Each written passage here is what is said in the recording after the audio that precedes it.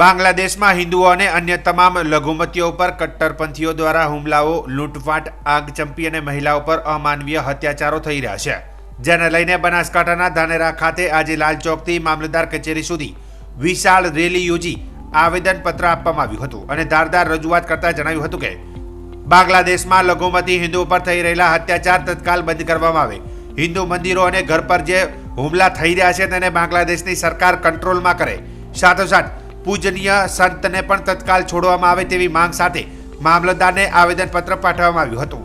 આજની આ રેલીમાં હિન્દુ સંગઠનના આગેવાનો, કાર્યકરો અને મહિલાઓએ વિશેષ હાજરી નોંધાવીને બાંગ્લાદેશમાં થઈ રહેલા અમાનુષી કૃત્યોનો વિરોધ નોંધાવવામાં આવ્યો હતો।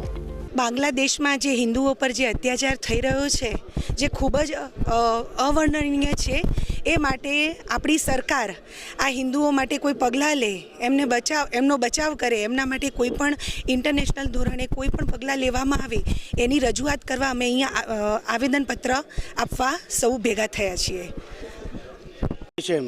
એના સંતને એરેસ્ટ કરવામાં આવ્યા છે અને એમનો વકીલ છે, એમના માટે જે વકીલ આપવા ગયા તો એને પણ મારી અને અધમો કરી દેવામાં આવેલો છે, એ આઈસીયુમાં દાખલ છે।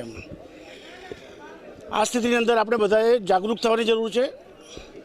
સરકારને પણ આપણે સંદેશો આપીએ છીએ કે આ બાબતમાં આંતરરાષ્ટ્રીય ધોરણે જે કંઈ થઈ શકે એમ પ્રેશર લાવી અને વહેલામાં વહેલી તકે આપણે બધા જ હિન્દુઓ પરના અત્યાચારો દૂર થાય, ઇસ્કોનના જે આપણા જે ગુરુજી છે એમને મુક્ત કરવામાં આવે અને ફરીથી હિન્દુ એકતા પ્રદર્શિત થાય। ખાસ તો મને આપણે ધાનેરાના બધા પ્રજાજનોને, આખા દેશના પ્રજાજન, હિન્દુ જનમાનસને વિનંતી છે કે આપણે બધા ભેગા થઈએ, એક થઈએ અને જે આપણે યોગીજી આપણે સૂત્ર આપ્યું છે કે બટેંગે તો કટેંગે, એનું હાર્દ સમજવા જેવું છે। આજે બાંગ્લાદેશની અંદર આપણા હિન્દુઓ પર અત્યાચાર કેમ થયો? કારણ કે આપણે ત્યાં નાના સમૂહમાં થઈ ગયા, 20%માંથી 8% પર થઈ ગયા। પાકિસ્તાનમાં 23%માંથી 1% પર થઈ ગયા। કાશ્મીરની અંદર આપણે 100% હતા, એમાંથી કદાચ 1 કે 2% રહ્યા છીએ। વેસ્ટ બેંગાલમાં આપણે 100% હતા, એમાંથી આજે 60% રહ્યા છે, 40% ઓછા થઈ ગયા છે। આસામમાં પણ એ સ્થિતિ છે, ત્યાં પણ 40% હિન્દુ રહ્યા છે, 40% મુસ્લિમ છે ને 60% હિન્દુઓ છે। તો જે બટવાની વાત છે, જે આપણી સંખ્યા ઘટી રહી છે, એ આપણે માટે ખૂબ જ ભયજનક છે। આપણે બધા એવું